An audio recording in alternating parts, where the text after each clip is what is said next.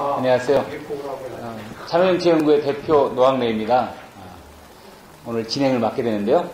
우리 격주에 한 번씩 토론회를 이어가고 있습니다. 참여정책연구회 11차 토론, 한국의 진보를 성찰한다. 이런 주제로 11차 토론을 진행하겠습니다. 오늘 함께 방송통신대, 이미 예고한 대로 방송통신대 김기원 교수님께서 옆에 함께, 오늘은 이미 예고한 것처럼 제가 책을 보여드리는데요. 한국의 진보를 비판한다. 지난해 여름에 김기원 교수님께서 쓰신 책입니다. 이 책을 읽어주십사고 안내를 드렸고, 이 책의 저자인 김기원 교수님을 모시고 한국의 진보 세력이 무엇을 돌아보아야 하는가, 이런 주제로 한번 토론회를 엮어가도록 하겠습니다. 특별히 김기원 교수님께 이 책은 1부와 2부로 되어져 있습니다. 1부는 노무현 정권의 정치력을 돌아본다. 이런 주제로 참여정부 때 있었던 여러 정치적 사안, 정책적 논란 중에서 노무현 정부가 그때 집권 세력이 무엇을 잘못했는가, 이런 것들을 아주 꼼꼼히 지적하고 계십니다. 2부는 한국의 진보는 거듭나야 한다라는 주제로 우리 사회의 전통적 진보 세력, 소위 진보 세력의 여러 가지 담론, 주장, 행태의 문제점은 무엇인지 이런 것들을 지적하고 계십니다. 특별히 김기원 교수님께 오늘 토론회는 2부, 한국의 진보는 거듭나야 한다는 주제를 중심으로 해서 말씀을 해주시면 좋겠다고 미리 부탁 말씀을 드렸습니다. 진행 방식은 이전에 하던 대로 김 교수님께서 한 40분에서 50분 정도 쭉 먼저 진보 개혁 세력의 성찰할 바 이런 것들을 쭉 말씀을 하시고, 그리고 질문하시고 답변하시고 자유롭게 토론하는 방식으로 그렇게 진행하겠고요. 지금 8시 10분 정도인데 9시 반까지 진행할 수 있으면 좋겠다고 생각하고 이끌어 진행해 보도록 하겠습니다. 자, 이렇게 안내 말씀드리고요. 곧바로 우리 김기원 교수님, 오늘 사실은 11차 토론회인데 여러 가지 일이 겹쳐서 오늘 우리 이렇게 적은 인원이 사실 오늘 듣고 있습니다. 좀 발제 맡으신 교수님께 조금 죄송하고 송구스러운데, 어쨌든 방송을 보고 있는 우리 시청자들이 있으니까 준비하신 발제를 또 맡아주시기를 당부드리겠습니다. 네, 반갑습니다. 근데 몇 분 안 오셨으니까 진행 방식을 제 생각에는 바꿨으면 좋겠어요. 그래서 그냥 질문하세요. 그럼 제가 답변할게요.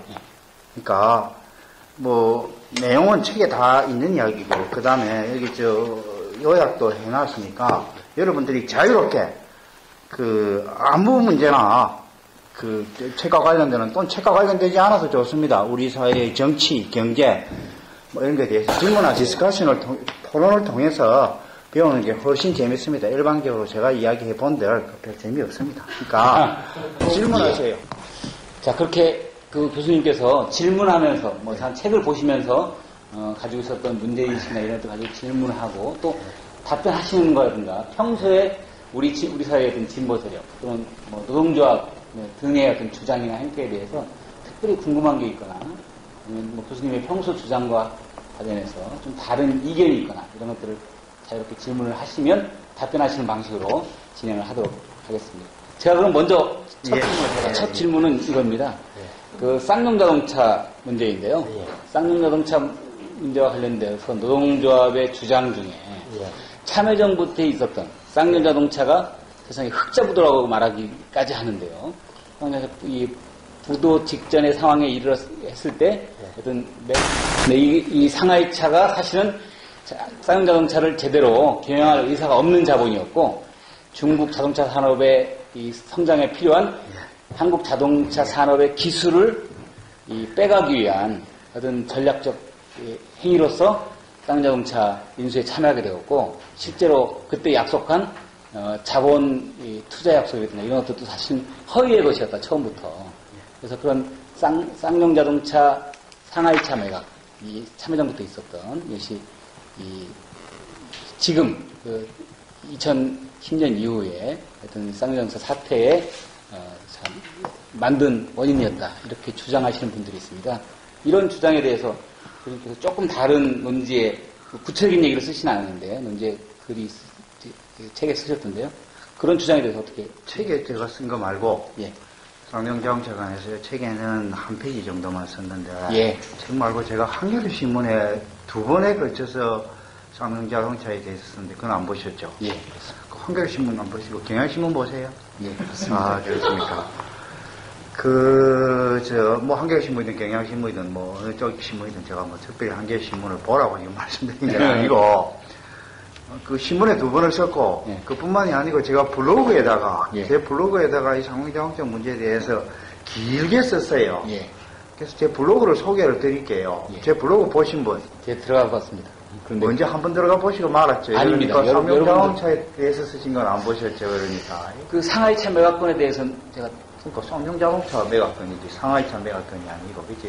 그거에 대해서 다 썼는데 안 보신 것 같은데 제 블로그가 요 책에 보시면은 책 안 보고 계신 분도 있는데 책 보시면은 책 7페이지에 제 블로그가 있습니다. 그 블로그를 그러니까 책 안 보고 계신 분은 제가 블로그를 다음에 만들었어요. 근데 내부에 들어가도 있습니다. 제 블로그 제목이 뭐냐 하면은 제 노선이 개혁과 진보를 해야 된다. 근데 개혁과 진보의 정의는 책을 읽어보신 분은 아시겠지만은 보통 사람들은 개혁이 뭐고 진보가 뭔지를 제대로 정의를 안 하고 씁니다.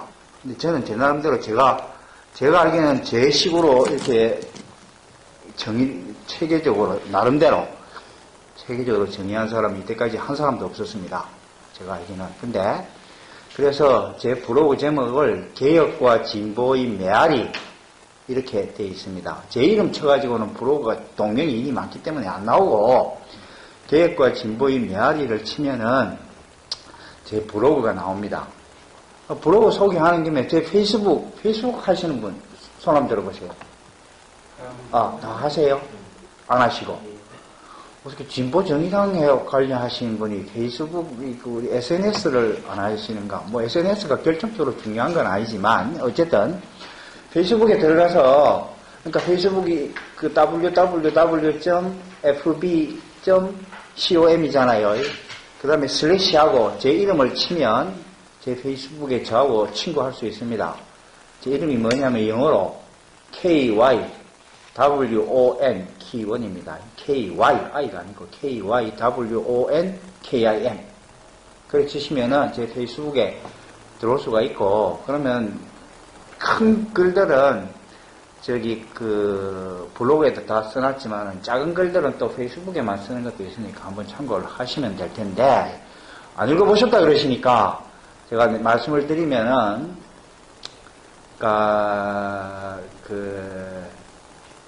쌍용자동차가 흑자부도가 난 게 아니고 일시적으로 흑자가 날 때가 있었어요. 그게 언제냐 하면은 2002년, 3년인가 요 무렵인데 그게 그 체험앤을 처음에 신차를 출시해가지고 그게 당시에 두 해인가가 흑자가 났었습니다. 근데 쌍용자동차를 매각할 무렵에는 흑자가 아니고 적자였어요. 적자가 가지고 할 수 없이 매각을 했습니다. 경영 상태가 나빠서. 그래서 딴 여러 군데 이제 회사를 인수할 사람 적자가 엄청나게 많이 나니까 조금 나면 뭐 모르겠는데 많이 나니까 인수할 사람을 찾았는데 인수할 업체 중에서 한국 업체는 하나도 없었고 인수하려고 하는 업체가 그래서 상하이차에 매각을 했는데 이제 그 당시에 그럼 상하이차에 매각하지 말고 그냥 국가가 경영하면 어떤가 당분간 국유화해서 그런 판단은 있을 수 있겠어요.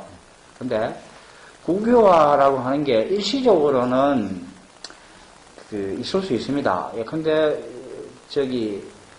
대우해양조선 이건 일종의 지금 국유와 비슷한 상태입니다. 산업은행이 많은 지분을 가지고 있고 아직 민간에 매각하지 않은 상태입니다. 이런 대우해양조선이라든가 그 다음에 하이닉스 같은 경우 이런 것들은 꽤 오랜 기간 대우해양조선은 상당히 오랜 기간 동안 민간에게 넘기지 않았습니다. 그런데 그게 민간에 넘기지도 않고도 오래 지속될 수 있는 이유는 이게 일반 소비자를 상대로 하는 회사가 아니에요. 걔는 큰 업체들, 우리나라 소비자를 상대로 하는 게 아니고, 그 다음에 하이닉스 반도체 부품도 일반 소비자 상대가 아니고, 부품으로 들어가는 거니까, 무슨 반도체에서 컴퓨터 만드는 업체에서 하는 거기 때문에, 이 회사의 그 신인도라고 하는 평판이라, 시장에서의 평판이라고 하는 게 그렇게 크게 중요하지가 않습니다. 그런데 자동차는 이게 뭐 잠깐은 모르지만 길게 이렇게 가게 되면 이 회사가 도대체 국가가 소유하고 있어가지고 국가가 경영을 한다. 그래가지고 이게 소비자들이 이거 믿고 살 수 있느냐 하는 거예요. 이거 회사. AS는 또 어떻게 되며. 그래서 오랫동안, 근데, 국유화, 이제 국가가 경영하는 형태로 가는 거는 옛날 사회주의 국가들 말고 자본주의 국가에서는 잘 없어요. 아까 말씀드린 대로 일반 소비자의 그 반응이 문제가 되기 때문인데. 근데 뭐 그렇다 하더라도, 근데 국가가 당분간 경영할 수 있지 않았겠느냐. 뭐 그 생각해 볼 수 있습니다. 그 당시 쌍용차 같은 경우에. 이제 장기간은 곤란하지만은, 근데 이제 그거를 상하의 차에 매각한 게 잘한 거나 못한 거냐, 쉽게 판단할 수가 없어요. 상하이 차가, 그거 들어와서 우리가 예컨대 무슨 옛날에 삼성이 미국에 있는 컴퓨터 회사를 인수를 하고 LG가 미국에 TV 업체 이런 거 다 인수한 적이 있습니다. 90년대 말 후반 요 무렵에. 그렇죠. 그런데 왜 인수하느냐? 꼭 선진 기술을 섭취하려고 인수하는 겁니다. 당연하죠. 그걸 나쁘다 이렇게 이야기할 수가 없어요. 네? 그런데 문제는 그럼 선진 기술만 빼기 위해서 하기 위해서 하는 경우도 있겠지만 대부분의 경우에는 선진 기술도 흡수하고 더 나아가서 그걸 경영해가 돈벌이가 되면은 거기서 경영해서 계속 버텨 나가는 겁니다. 쌍용이 상하이 차가 그 먹튀 소위 시당초 처음부터 먹튀하려고 왔다 하는 이야기는 100% 틀렸다고 할 만큼 이렇게 우리가 단정적으로 그렇게 이야기를 할 만큼 많은 정보를 가지고 있는 사람 아무도 없습니다만은 그럴 가능성은 극히 희박하다. 기술도 섭취하고 그 다음에 거기서 경영을 해가지고 흑자가 나면은 계속 경영하는 겁니다. 그러니까 처음부터 먹튀를 목표로 했다고 우리 이 소위 진보동네에서 많이 이야기하는데 별로 근거 없는 이야기다. 제가 상하이차를 옹호할 이유 하나도 없어요. 상하이차 사람 하나도 모르고 이유 하나도 없는데 우리가 일반적으로 해외 투자를 할 때의 논리가 뭐냐 하는 걸 생각을 해봐요. 돈이 되면 계속 경영하는 게. 근데 상하이 차가 인수를 해서 경영 능력이 기본적으로는 경영 능력이 부족했겠죠. 그 다음에 또 다른 뭐 여러 가지 이제 약간 이제 노조가 협조를 잘 안 했다든가 이런 요인도 작용했을지도 모르고 그런 여러 요인이 겹쳐가지고 이제 2004년 요 무렵부터 적자가 계속된 겁니다. 1년에 몇천억씩의 적자가 가는 거예요. 그래서 나자빠진 거예요.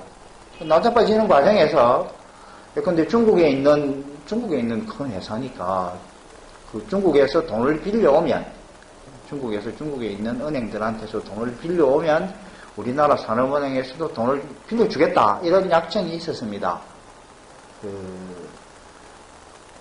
크레디트 라인이라 그러는데 신용한도라고 하는 건데 우리 산업은행도 생각해보고 네가 돈을 대야 우리도 돈을 빌려주지 그냥 우리 돈 집어넣어가지고 그냥 빠진 독에 물 붓기 식으로는 못하겠다. 합리적인 행동이에요. 근데 상하이차가 가만히 생각을 해보니까 중국에서 돈을 빌려올 수 있습니다. 빌려올 수 있는데 중국에서도 자기가 근데 중국에 있는 공장이라든가 다른 걸 담보를 잡으면 빌려올 수 있는 거죠. 근데 담보잡도 빌려와가지고 경영을 계속해서 흑자 나겠는가 판단해보니까 안 되겠더라고 판단을 한 겁니다. 그 판단이 옳은 판단이 아니냐, 정의로운 판단이 아니냐, 이런 이야기는 할 수가 없어요. 기업이라고 하는 게 이윤을 목표로 하는 건데, 자선사업 하는 거 아니니까, 근데 그 다음에 그 판단이 틀리냐 맞느냐 그런 건 우리가 알 수가 없어요. 그럼 예측을 할 수가 없기 때문에. 근데 어쨌든 간에 자기가 아이고 계속 돈을 빌려 와가지고 해 넣었다가는 밑바지 속에 물 붓기다 해가지고 나 자빠진 겁니다. 우리 못 하겠다 해서 법정 관리로 들어간 거죠. 그러니까 우리 그 노조나 또는 우리 진보적인 학자들이 기업을 잘 모릅니다. 기업이 어떻게 돌아가는지를 잘 몰라요. 기업을 자기가 경영해 본 적도 없고 기업에서 근데 회사 그 관리 사원으로 근무해 본 경험도 잘 없습니다. 우리가 진실을 제대로 알려면 양쪽 이야기를 다 드려야 되는 건데 노조 이야기만 일방적으로 들으니까 노조는 또 무슨 경영이 회계장부도 잘 못 보는 경우가 많고 물론 아닌 경우도 있지만은 또 회계장부는 우리나라 옛날에부터 잘 믿을 수도 없는 부분도 있기도 하고 그러니까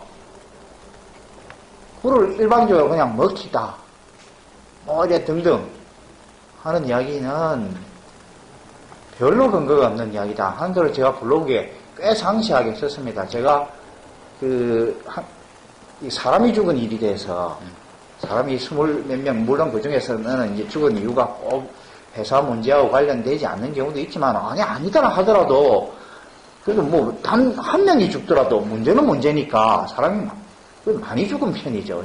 많이 죽은 상황이고, 그래서 제가 꼭 이게 사실이 뭐다 하는 거를 바로 쓰려고 하다가 참았습니다. 아직 제 이야기를 받아들일 자세가 안 돼 있을 것 같아서, 꼭 참다가 청문회를, 이제 국회에서 청문회를 했었어요. 근데 청문회를 제가 아침 10시부터 밤 12시 넘어까지 청문회를 했는데, 제가 거의 다 봤습니다. 그날은 밥은 중국집에서 시켜가지고, 제가 우리 학교에 텔레비가 있는데, 그 텔레비 보면서 밥 먹으면서 텔레비 봤는데, 그걸 보니까 너무 한심한 거예요. 우리 국회의원들이 너무 기업을 모르고 고함만 치면 다 되는 거예요. 고함 치는 게 장땡인 거. 그다음에 고함 지르고 그다음에 이제 회사 쪽 이야기를 들어봐야 될 거 아니에요. 들어보고 비판을 하고 이래 따져야 되는데 회사 쪽에서 뭐라 이야기하려면 막아버리는 겁니다. 이 시스템에 문제가 있습니다. 우리 청문회 시스템이 딱 국회의원들한테 7분 딱 주는데 국회의원들은 텔레비전 나와가지고 많이 자기 얼굴 비추고 고함 질러야 뭔가 일을 하는 것처럼 그렇게 보여진다고 또 국회의원이 생각을 하는 겁니다. 실제 그런 측면이 전혀 없지도 않고. 그러니까 답변을 하면 자기 시간이 이게 7분에서 답변 시간이 근데 3분이 된다 이러면 자기 시간 4분밖에 못 쓰잖아요. 물론 한 번 쫙 돌고 그 다음에 한 번 다시 돌고 이렇게 하긴 합니다만 그러니까 제대로 답변을 할 기회를 안 주는 거예요. 그래서 제가 한겨레 신문에다 글을 쓸 때 앞으로 이런 청문을 하면 이래 하지 말고 처음에 그 국회의원들을 근데 환경노동위원회에서 하는데 환경노동위원회 의원 다 하지 말고 다 하니까 거의 똑같은 질문들을 계속 반복해서 하는 거예요. 그래 하지 말고 우리 노학래 씨도 혹시 국회의원 되면 그것부터 고쳐야 됩니다. 근데 쉽지가 않아요. 왜냐 다 자기가 얼굴이 비쳐야 되니까 지도부가 결단해야 되는데 근데 대표 선수 몇 명만 근데 여당에서 대표 선수 두세 명 야당에서 대표 선수 두세 명 해가지고 우선 질문자 숫자를 줄이고 그 다음에 질문 중에서 공통 질문은 미리 뽑아가지고 그 회사 측에다가 공통 질문 던져가지고 회사 측이 공통 질문에 대해서 설명하는 시간을 처음 출발할 때 한 30분 정도 하게 하는 겁니다. 그래서 계속 반복되는 이야기가 아니라 오해가 있을 부분에 대해서는 답변을 듣는 시간을 주고 해야 되는데 그거 안 하고 고함만 지르는 거예요. 호통 청문회. 그래서 이건 안 그래도 제가 우리가 올바른 해법을 찾으려면 올바른 상황을 올바르게 이해를 해야 되는 거니까 그거를 써야 되는데 마침 국회의원들이 너무나 엉터리 같이 해서 제가 한겨레 신문에다 글을 썼습니다.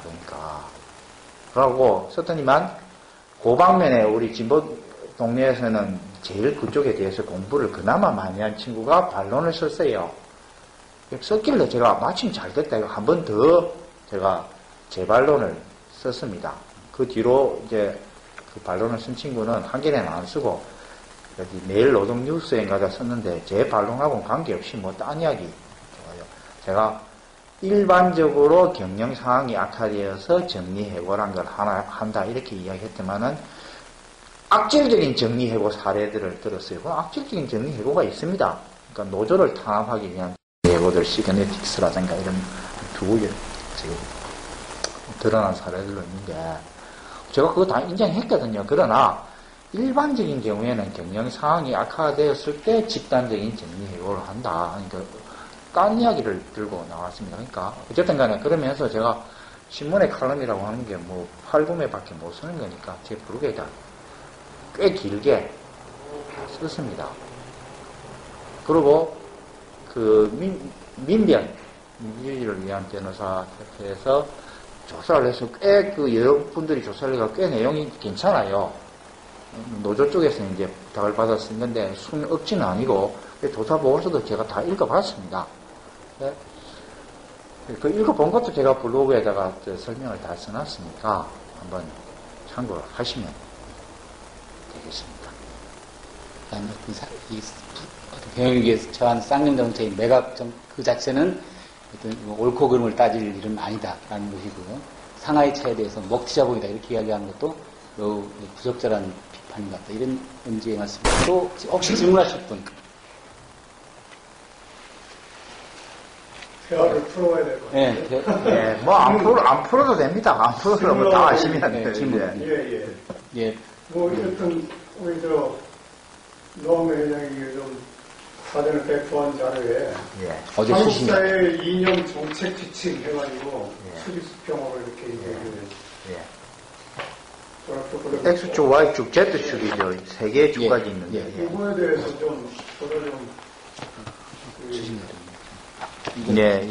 상세하고 좀 설명을. 교과 대책 안 읽어보셨죠? 안 읽어보셨죠? 지금 그러니까, 실제 시청하는 분들도 또 많아서요. 그러니까 읽어봐야 이제 그 부분에서 뭐가 질문이라 하는 건데, 뭐가 문제라 하는 건데, 물론 다 바쁘신데, 그러니까 제가 처음에 제가 저보고 와서 하라고 했을 때 제가 읽지 않으면 안 간다고 했어요. 그런 강연 별로 의미가 없어요. 그 자리에 앉아서 그냥 적당히 그냥 듣고 다 넘어갈 것 같으면은 그 별로 의미가 없습니다. 그래서 안 온다 했는데 역시나 안 읽고 온 분들이 대부분인데 앞으로는 이제 이런 데 안 나갈 겁니다. 근데 역시 그렇기 때문에 우리 진보동맹은 공부를 열심히 안 해요. 그러니까 제일 큰 문제가 뭐냐, 공부를 열심히 안 하는 겁니다.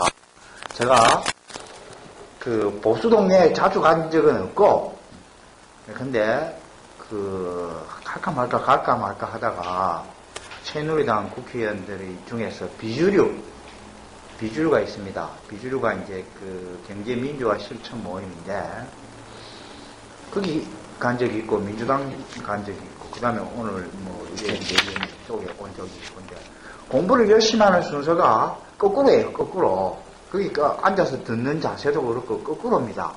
거꾸로니까 질 수밖에 없죠. 당연히 질 수밖에 없는 거예요. 공부를 열심히 안 하고 고민을 열심히 안 하는데 신문도 다 마찬가지예요. 신문도 근데 진실을 왜곡하는 조중동은 왜곡하는 전문가긴 한데 진실을 왜곡하는 그러나 경우에 따라서는 어떤 사안들에 대해서 깊이 있게 취재하는 그 자세라든가 물론 기자들 숫자도 차이가 있기는 합니다만은 조중동이 이쪽 한겨레 경향보다 나은 거예요. 오마이뉴스 프레시안보다 이쪽 실력이 다 나은 겁니다. 실력이 기본적으로. 그 나은 실력을 가지고 나쁜 데 써서 문제지 항상 나쁜 데 쓰는 건 아닌데 기본적으로 열심히 하는데 열심히 하지 않는데 어떻게 이쪽이 신문에서도 물론 이제 자본력이라든가 역사라든가 이런 게 더 결정적인 요인 더 결정적일지 덜 결정적일지는 모르겠습니다만 그것도 중요한 요인이긴 한데 그 이전에 기자들의 뭐라 하나 실력이 떨어지는 거예요. 실력과 그 다음에 성실성 왜 그럴까? 여러 이유가 있는데 경쟁 시스템의 문제라든가 같은 여러 이유가 있을 텐데 마찬가지라고 생각입니다. 그래서 어쨌든 간에 그래도 제가 그러니까 무슨 질문하신 분을 제가 막 야단 치려고 이렇게 말씀드리는 게 아니고 텔레비를 본다는 이 화면으로 시청하는 분들이 있기 때문에 제가 우리 전체 동네의 각성을 위해서 제가 말씀드리는 건데, 그러니까 공부를 좀 미리, 특히 강연 같은데 미리 공부 생각 안 하고 오면은 이건 말짱 도루몽이에요. 제가 어느 큰 신문사 주필이 경제민주화가 뭔가 이런 거를 물어본다고 자리를 마련해서 식사 자리에 간 적이 있는데, 갔더니만 그냥 경제민주화가 뭐예요? 이런 식으로 질문을 하는 거예요. 그래서 제가 이렇게 이야기를 했습니다. 아니, 이렇게 바쁜 사람들 몇 명 모아놓고 나올 것 같으면은 뭘 질문할지 공부를 하고 나왔어야지. 네? 공부도 안 하고 그냥 나와가지고 대뜸 이 자리에서 뭐 건지려고 하느냐고 제가 야단을 쳤습니다. 그 큰 신문사에 주필쯤 되면 눈앞에 보이는 게 없어요. 대통령도 자기 앞에서 고개 숙이거든요. 적어도 고개 숙이는 척 하거든요. 그때만 이제 정신을 번쩍 차려가지고, 번쩍 차려가지고, 그다음부터 대하는 태도가 달라졌는데, 어쨌든, 이제 우리 전체 공부 열심히 하자는 이야기고, 이게 지금 쓸 수 있습니까? 이거 칠판? 예. 칠판 좀 봅시다. 칠판을 써야만. 이건 제가 세계에서 제일 처음 만든 대축입니다. 세계에서 저 일 같은 축을 만든 사람 아무도 없어요. 저도 공부를 하는, 저도 학자라는, 뭐 저는 좀 약간 저널리스틱한 학자긴 한데, 학자니까 뭔가 독창적으로 남기는 게 있어야 될 거 아니에요. 그래서 제가 독창적인 걸 하나 만들었습니다. 이론적으로. 제가 실증적으로 독창적으로 한 거는 제가 원래 공부를 한 게 해방직후 귀속재산 처리 문제입니다. 실증이니까 또 세계에서 제일 처음 독창적으로 어쨌든 거고. 자, 근데 이론으로 제가 이제 독창적으로, 제가 독창이라서 이게 맞는지 틀리는지, 그 기존의 학자들은 새로운 거에 대한 거부감들이 작동하기 때문에 아직 시민권을 얻지 못했습니다. 제가 용어 하나 시민권 얻게 만드는데도 시간이 많이 걸렸어요. 시장, 제 책에 보면 나오지만, 신자유주의란 말 좀 제발 좀 쓰지 말자. 그건 전략적으로도 좋지 못하고, 그 다음에 시장이 갖고 있는 의의와 한계라고 하는 것을 제대로 인정하지 못하게 만드는 용어이기 때문에 시장 만능주의로 말을 바꾸자. 단순하게 말을 바꾸는 차원의 문제가 아니라 그 말을 바꾼다는 게 여러 가지 의미를 갖고 있습니다. 그래서 그 이야기를 한 지가 10년 가까이 됐는데, 이제 10년 되니까 이제는 시장 만능주의라는 단어가 한 50% 이상의 이제 빈도가 이제 사용하게 되었습니다.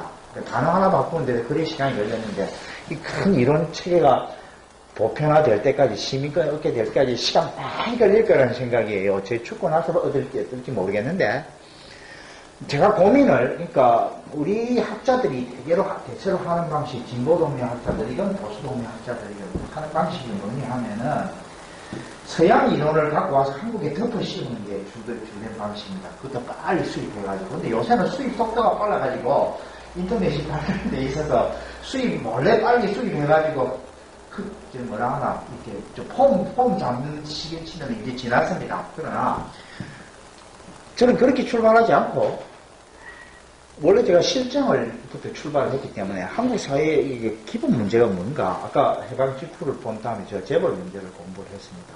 재벌 문제를 공부를 하고, 재벌 문제를 자본의 문제뿐만이 아니라 노동의 문제를 같이 공부를 해보고, 그러면서 쭉쭉 보니까, 이게 뭐, 이 기존 이론 틀 갖고 잘 안 맞는 거예요.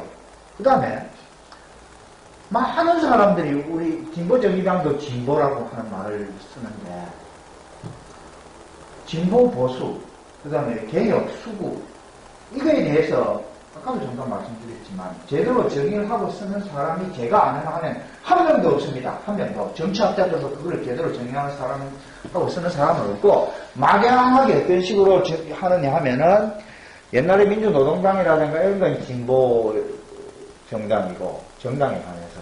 그 다음에 민주당은 자유, 또는 개혁, 자유주의 또는 개혁 정당이고, 한나라당은, 새누리당은 보수 정당이고, 그럼 그 자유 또는 개혁 정당, 자유개혁 정당이란 게, 그때 개혁이란 게 뭔가, 저게 진보란 게 뭔가, 중도에 있으면 개혁인가, 중간에 있으면? 중간이 개혁이다. 말이 안 되잖아요. 고민이 없는 거예요, 고민이. 그래서 제가 고민을 막 해봤습니다. 해본 결과, 그거를, 그러니까, 우리가 아까 말씀드린 대로 밑에서부터 출발한다. 구체적인 우려, 구체적인 사실로부터 출발한다. 하더라도, 그 밑에서부터 그냥 아무거나 그냥 끄집어 오면 되는 게 아니고, 이론도 있어야죠. 그러니까 서양의 이론을 무조건 덮어 씌우는 게 아니라, 서양에서 발전된 사고방식이랄까, 사회과학적인 그 이론 틀이랄까, 이걸 전적으로 무시하면 해서 되는 건 아니니까, 그거 결합을 해야 되는 건데, 한국적 상황하고. 서양에서 좌와 우라고 하는 개념이 있습니다. 좌파, 우파.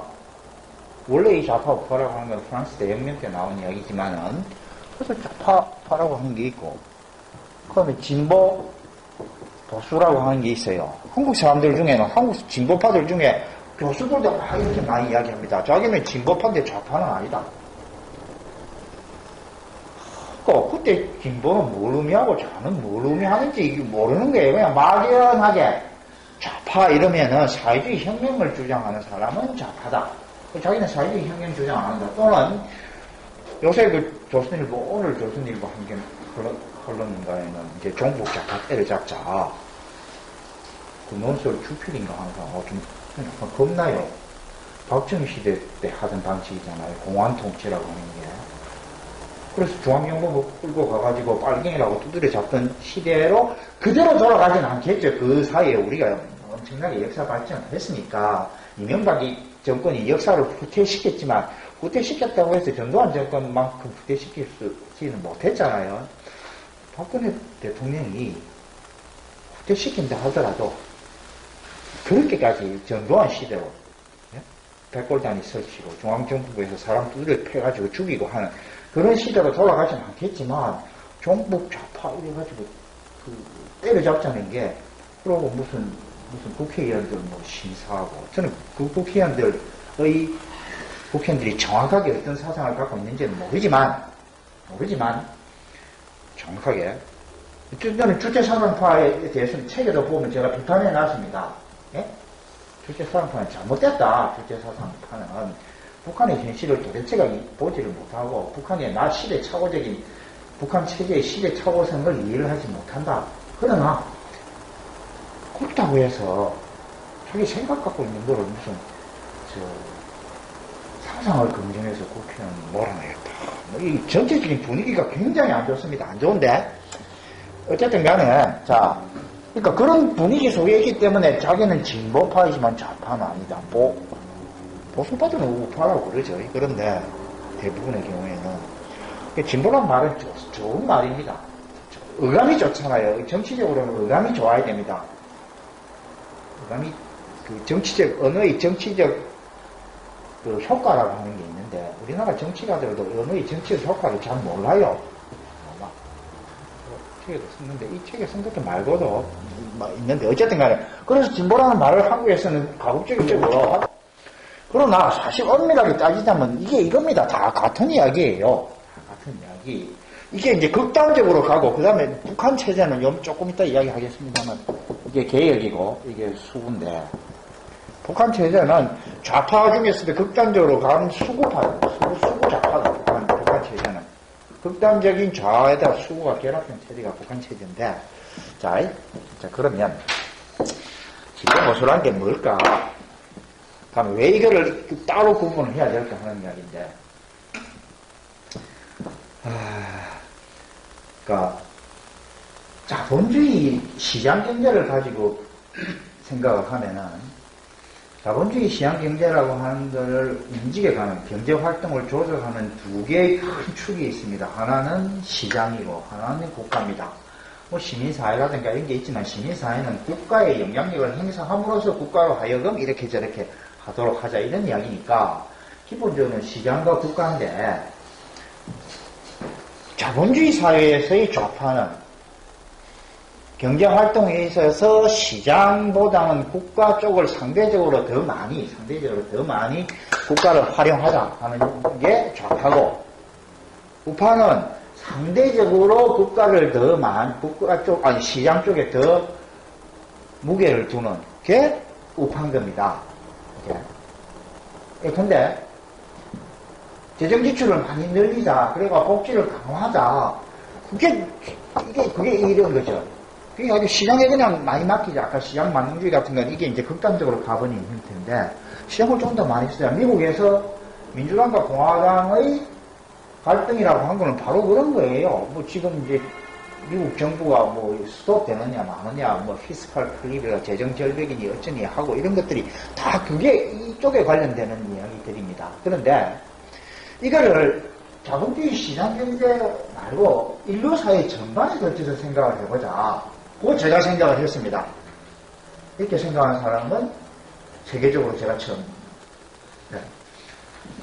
아니 뭐 어디 저기 있는지 모르지. 아프리카에도 있을지 모르고. 근데 적어도 무슨 그 구글에 뜨는 차원에서는 없다 하는 이야기인데, 좌파라고 하는 거는 사회적 약자를 보다 배려하는 쪽이고, 우파라고 하는 건 사회적 강자를 보다 더 배려하는 쪽의 사회로 생각하는. 근데 이거를 조금 더 보편적으로 넘기면은, 사회적, 우리가 그 부모를 생각을 해보면 부모 중에 어머니가 있고 아버지가 있는데, 이게 모성의 이야기입니다. 모성. 이건 부성의 이야기예요. 모든 엄마가 이쪽이고 모든 아버지는 저쪽이라는 뜻이 아니라, 보편적으로 어머니는 못난 자식이 더 안타까운 법입니다. 그렇죠? 아버지는 잘난 자식을 편애하게, 그게 왜냐? 그놈이 내 거를 이어받아가지고 사회적으로 뭔가 잘해주기를 바라는 거니까. 근데 이거를 조금 더 일반화시키면은, 우리 동양 사상에서 연결시키면 음양의 논리라는 게 음과 양인데, 이게 음쪽이에요. 이게 양쪽입니다. 양. 이게 음양이에요. 이렇게 생각을 하면은, 사회라고 하는 게, 진보파들은 보수파 저놈들은 죽일 놈, 나쁜 놈. 보수파는 진보파라고 하는 거를, 좌파, 우파는 좌파는 죽일 놈, 나쁜 놈, 이렇게 생각하는데, 그렇지 않다는 이야기예요.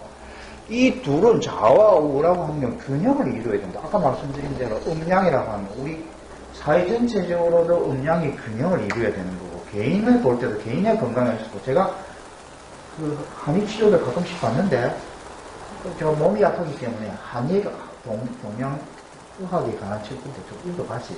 그래봤자 수박 그달기지만은, 그러니까 인간의 건강의 기본이 뭐냐면은 음양 화평진, 음과 양이 평화를 이루는 화평진 사람이다, 이런 이야기인데, 사회도 마찬가지입니다. 이 둘이 균형을 이루어야 됩니다. 진보와 보수는 선악의 관계가 아니라, 진보와 보수는 서로 균형을 이루어야 되는 관계다. 자, 이쪽으로 너무 극단적으로 가버리면은 망해버린 소련 체제 같은 게 나오는 겁니다. 사회가 활력을 잃어버리는 게, 아까 이 음의 논리가 너무 강해지니까, 양이라고 하는 건 생산력을 발전시키고, 아까 말씀드린 강자를 우대하고, 사회적 강자를 우대한 건 강자가 그만큼 사회로부터 보답을 받는 거니까, 보답을 받으니까 열심히 해가지고 사회 경제를 성장시키고, 그게 안 되니까 망해버리는 거예요. 그러니까 이게 극단적으로 가면, 이게 극단적으로 가버리면 이제 무슨 1930년대 세계대 공황이라든가 20년대 이럴 때 이런 게 이제 극단적으로 가버린 상태니까, 2008년에 탐욕과 금융업계의 탐욕, 금융자본의 탐욕이라든가 이런 게 작동해가지고 세계 금융위기 같은 게 오는 겁니다. 미국 같은 데는 다른 유럽 국가에 비해서 볼 때 이쪽이 더 이게 상대적으로 강하나. 왜 그럴까? 미국이 그럴까 생각하면 인종 문제가 이제 기본적으로 깔려있기 때문인데, 그게 문제.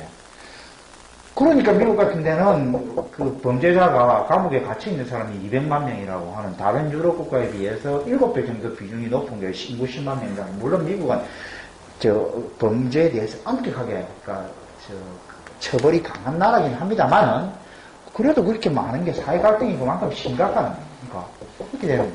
그러니까 그런 게 아니라 균형을 이루어야 된다. 이게 사회적 약자도 배려해야 되고, 근데 약자만 맨날 배려해야 된다 이래가지고 다 퍼주게 해버리고, 그럼 재정이 파탄 나버리는 거. 시장이 더 많이 개입하는 거. 양의 문제고, 그 다음에 질의 문제라고 하는 거예요. 시장과 국가의 질의 문제라고 하는 거예요. 시장이 유지하다 하는 게 수구다 하는 거예요. 이게 질이 어떠냐. 그래서 이 경우에는 아까 진보와 보수의 관계라고 하는 거는 선악의 관계가 아니고 균형의 관계지만 개혁과 수구의 문제는 이건 선악의 문제는 이걸 물리치고 수구를 물리치고 개혁으로 나가야 된다는 겁니다. 이거를 제가 고민을 해봤는데 그러니까 양과 질이니까 이게 같은 차원에 놓을 수가 없는 거예요. 그래서 X축, Y축을 만든 겁니다. 별도의 축으로 생각하자. 이걸 더 보편적으로 생각을 해보면 아까 이쪽에서 음량의 이야기를 했는데 음량이라고 하는 게 에너지고 기의 이야기입니다. 이 기가 음의 기운, 양의 기운의 이야기인데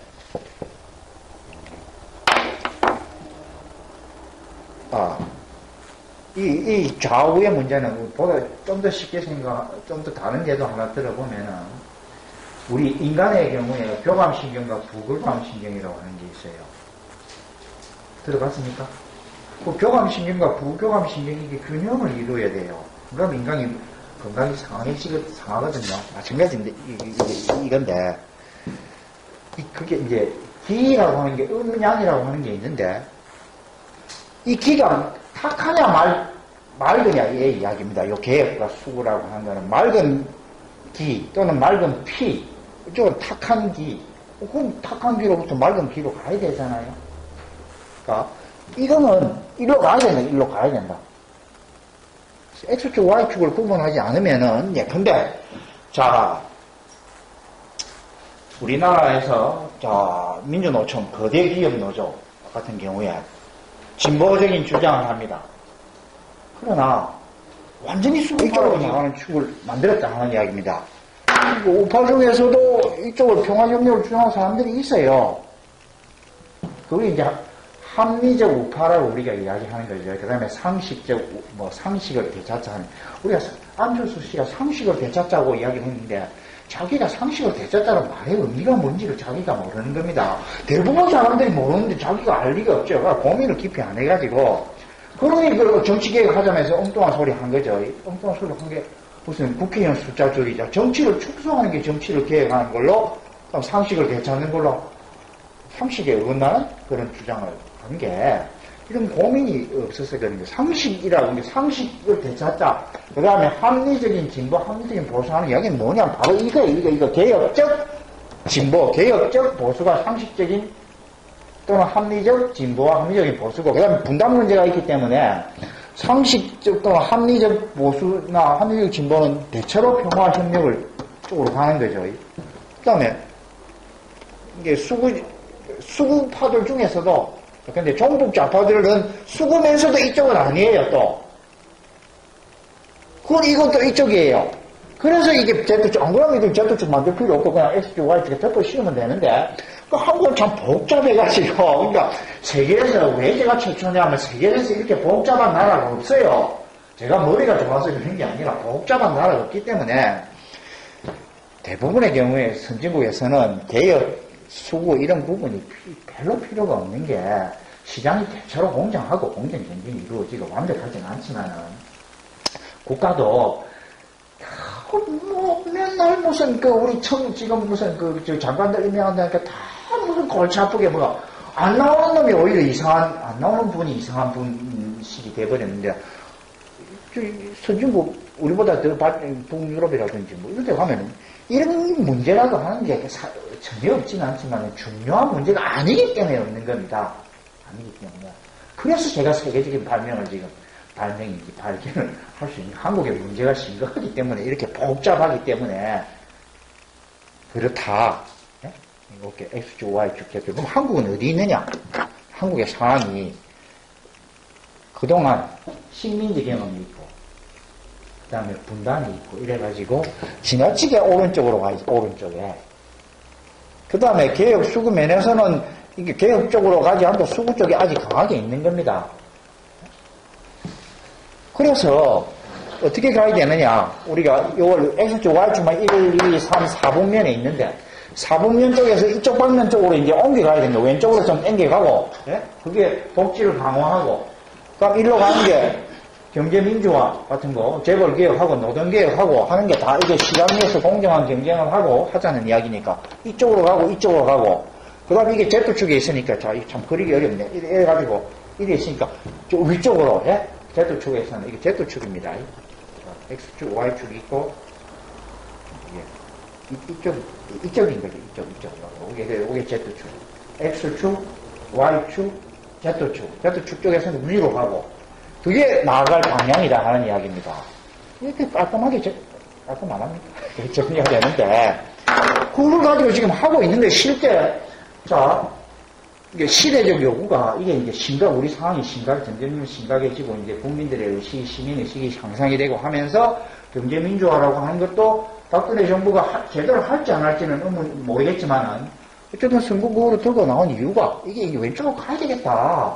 노인들 자살률이 세계 제1위에서 1위에까지 와 있고, 노인복지 20만원을 자기가 내주는 거 아닙니까?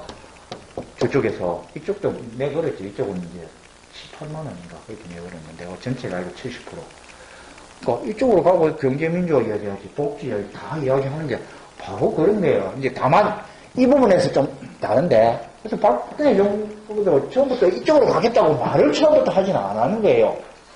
이쪽으로 갈 가능성이 높긴 한데, 말은 신뢰를 쌓아서, 하여튼, 이쪽으로 가겠다고 단서를 달았기 때문에, 이명박 정부도 단서를 달았기 때문에 그 단서에 자기가 포로가 되고, 그 단서에 포로된 이유는 우리나라의 보수파들을 발목을 잡고 있는 게 수구 꼴통들이 일정 부분 발목을 잡고 있는 게 있기 때문에, 그로부터 해방이 돼야 되는데, 해방이 안 되고 있지만은, 어쨌든 다 그걸 요구를 하고 있는 겁니다. 그걸 X축, Y축, Z축 가지고 제가 좀 설명을 드립니다.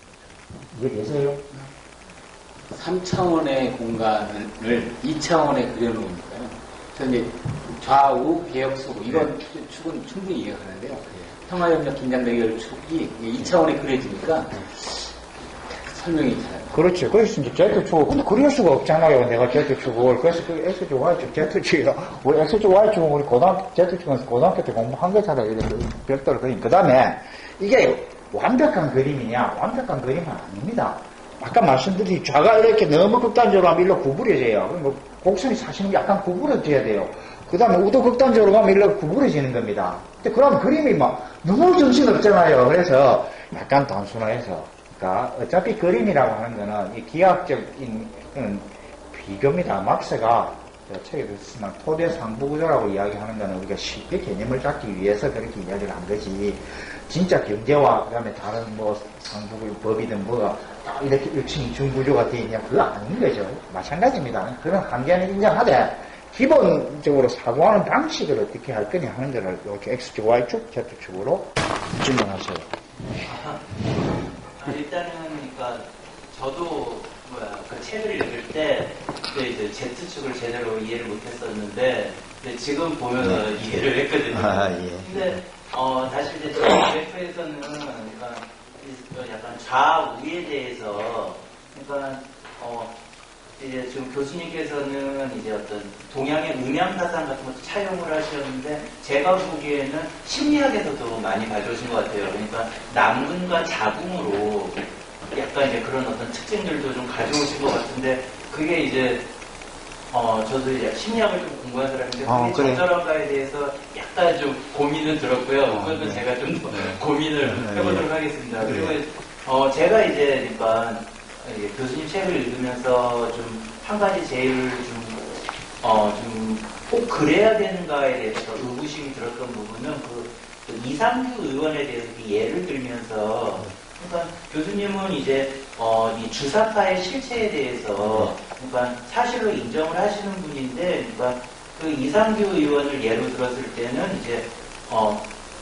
이렇게 그러니까 추동하는 방식의 주의에서 이제 그러면 이제 그 사람 그러니까 그런 어떤 사람들이 이렇게 지금 말씀하신 좌수구 쪽으로 이렇게 가지 않고 이렇게 추동될 수 있는 식으로 사실 글을 쓰신 거거든요. 그러니까 아니 말이 진실이라면 그러니까 그 말이 진실이라면 근데 진실인지 아닌지는 모르겠어요. 예. 그러니까 그 말이 자기 진짜로 그 중앙일보 이제 인터뷰 같은 데서 북한 사회의 문제라든가 특히 텔레비에 나와서도 그 양반은 흔들리는 것 같은 느낌이에요. 자기 북한 가서 무슨 만년필인가 회의석상에서 이렇게 그 맥주 이야기를 해. 나 병을 따는데 뭐 이렇게 기술이 낙후되어 있는가. 여기 놀랐다고 이야기를 하던데 흔들리고 있는 거죠. 흔들리니까 좀 더 많이, 만약에 그 양반이 그분이 죽체 사랑파에 빠져 있었다면, 좀 빠져 있었는지 아닌지 모릅니다. 있었다면 이제 흔들리니까 제 책도 좀 읽고 해서 빨리 이쪽으로 좀 오시라. 그래서 다 합리적으로 우리 되면 좋지 않겠냐. 실제 그런지 안 그런지 몰라요. 그분을 어떤 약간 좀 종북 성향의 어떤 스테레오타입으로 놓고 예를 드시면 아니 그게 아니고 이렇게 뭐라 하나 생각을 바꾸는 것 같은 원래 생각 잘 모르지만 원래 생각도 그랬는지도 모르겠는데 원래 생각도 그렇게 뭐 종북은 아닌지도 모르겠는데 뭐 하여튼 그렇다면 우리가 별로 걱정할 게 점점 줄어간다 이런 차원입니다. 예. 아세요 잘? 이상규 의원을 잘 아세요? 아니 잘 알지는 못하는데 그러니까 예. 저 같은 이제 기본적으로 이제 어떤 그런 종북 주사파 같은 경우에는 그러니까 저는 이제 그 교수님 그래프에서 이 좌수구 쪽에 있는 그쪽 블럭을 좀 이렇게 특히 그 중에서 사실 이제 그 종북파가 이제 다른 부분에 있어서의 확장성을 해친다고 보거든요. 예. 그렇기 때문에 사실 그 부분을 좀 이렇게 버리고 가는 게 이게 그래서 뭐 버리고 간다고 해야 되나 뭐라 해야 되나 스스로 안 버려지고 그분들이 바뀌어 버리면 그게 제일 좋잖아요. 근데 안 버려지면 뭐 역사에서 밀려나는 거지 뭐 그거야 뭐 어떡하겠어. 버리고 말고 차원이 아니라 스스로 자기가 자기들을 고립시키고 하는 이게 그러니까 항상 이게 같이 포함되어 있으니까 다 도매급으로 넘어가니까요. 이제 사실 그런 이제 생각을 좀 갖고 있었기 때문에 맞습니다. 교수님의 그 부분 자꾸 이제 덮어 씌우기를 하니까 아까 말씀드렸듯이 조선일보 오늘 칼럼에서도 다 끌어가지고 무슨 박원순도 종북, 그 변문과학심으로 박원순도 종북. 내시경이 그건 뭐 머리가 그러니까 그러면 우리는 북한 주체 사상을 갖고 있는 사람들은 우리가 먼저 박멸하자 진보파에서 그것도 곤란하잖아요. 그러니까 박멸이라는 게 아까 교수님 말씀하신 것처럼 뭐 국회에서 이렇게 무슨 윤리위에서 이렇게 몰아내거나 이런 거 그냥 그런 어떤 폭력적인 부분은 옳지 않다고 보는데 그러니까 사실 우리 진보라고 하는 부분에서도 그러니까 어떤 그 예전 민주당 그러니까 어떤 지금의 진보 통합 진보당이랑 이제 진보 정의당이 이렇게 합쳐야 된다라는 그런 생각을 가지고 있는 분들도 많기 때문에 저는 뭐 네, 이제 합치는 거 별로 안 좋을 것 같아요. 이거 제 개인 생각은 그냥 개인 생각입니다. 그냥 개인 생각은 진보 정의당하고 민주당이 합치는 게 어떨까 하는 생각이에요. 별로 요새는 별로 차이가 없어졌어요. 옛날에는 이쪽에 나이 갖고 진보 정의당은 민주당은 좀 있었는데 이제는 이래서 비슷하게 와 있고 주장하는 것도 별로 달라지지도 다를 것도 없어요. 진보 정의당은 뭐 사회주의 혁명하자는 정당 아닐 테니까 그거 아니면 뭐 별로 다를 게 없고 사회민주주의 비수범한 거 사회민주주의나 지금 민주당이 적어도 대선 공약, 총선 공약을 낸 거는 그게 그겁니다. 따로 있을 이유가 뭘까? 저는 그 생각이 드는 거예요. 그래야 이제 진보 정의당도 근데 좋고 민주당도 지금 뭐 헤매고 있으니까 가서 빨리 가서 진보 정의당에 가서 접수해가지고 쉽게 접수는 다 안 되겠지만 들어가서 고쳐주면은 서로가 좋지 않을까 하는 게 제 개인 생각입니다. 진보 정의당에 유명한 사람 의원이 만나가지고 제가 그 이야기 했더니만 자기들도 고민 중이다 그럽니다. 한 가지 좀 제가 좀 예. 여쭤보고 싶었던 이제 그 의문은요. 예. 이거 요즘 사실 우리나라 지금 현재 정치 체제를 예. 87년 체제라고 많이들 얘기를 하잖아요. 근데 저 같은 경우에는 지금 우리나라의 정당 체제는 90년 체제라고 보거든요. 그러니까 이제 민자당과 민주당이 어떤 그러니까 민자당이 합쳐지고 이런 90년 체제라고 보는데 안철수 교수가 신당을 창당했을 때 그게 그러니까 어떤 예전에 그 통일민주당 이 가졌던 어떤 이제 그런 포지션을 가지면서 그러니까 오히려 87년 체제 비슷하게 리셋이 되면서 그게 오히려 뭐 정당 명부제라든가 그러니까 사실 지금 여당이 50%나 아니면 50% 근감을 갖고 있는 지지를 그렇게 갖고 있는 상황에서는 사실 뭐 지금 그런 정당 명부제 같은 거를 이렇게 수용할 이유가 없잖아요. 그랬을 때 오히려 이거 87년 체제 같은 식으로 리셋이 됐을 때 오히려 그게 더 가능한 것이 아닌가 그런 의미에서 오히려 안철수 신당이 그런 어떤 87년 체제로의 어떤 리셋에 도움이 되지 않을까 저는 개인적으로 이런 생각을 좀 했는데요. 그러니까 한번 교수 의견을 좀 87년 체제 이야기할 때는 뭐 정당 측면도 있겠지만 전체적으로 우리 사회가 독재 체제에서 그것도 그 독재 내에서 약간 이제 정부 국가와 재벌의 관계를 보면 국가 우위의 일종의 정경유착인데 말씀드리는 거는 이제 87 제가 말씀드린 부분에 있어서의 87년 체제는 그러니까 그 4당 체제 그러니까 이제 근데 그거를 그러니까 그렇게 이야기할 수도 있을지 모르겠는데 보통 87년 체제 할 때는 그렇게 이야기하면 아니고 저는 이제 그런 의미로 말씀드리죠. 그런 식으로 옛날에 무슨 4당 체제로 돌아가려고 한다. 그러니까 그 87년 체제라고 이야기할 게 아니라 옛날에 그냥 막 4당 체제 그 이야기죠. 옛날 4당 체제 무슨 정당이었어요? 그때 민정당, 평민당, 통민당, 신민주공화당.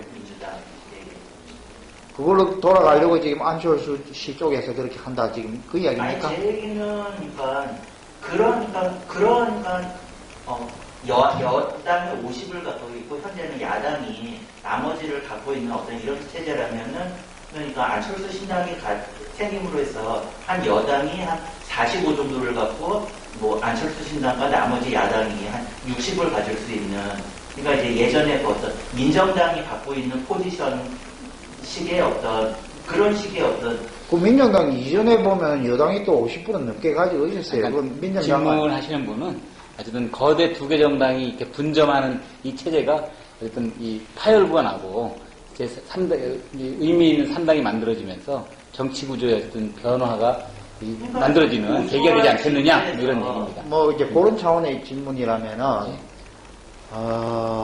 옛날에 그런 노력 많이 했죠. 제가 페이스북에다가 썼는데 블로그에다가도 썼어요. 베네수엘라 이야기를 하면서 최근에 베네수엘라 이야기를 하면서 베네수엘라를 보면서 한반도를 생각한다는 게 며칠 전에 올린 블로그의 글 제목입니다. 여기 보시면은 금방 이야기한 것과 관련해서 대통령제하고 한국은 3당이 의미 있는 3당 체제를 가지는 거는 가르치려고 하는 실험은 다 실패했다. 민주노동당 실패했고 그 다음에 정주영 시당 실패했고 국민당 정몽준 씨는 그때 당 이름이 있었나요? 뭔가요?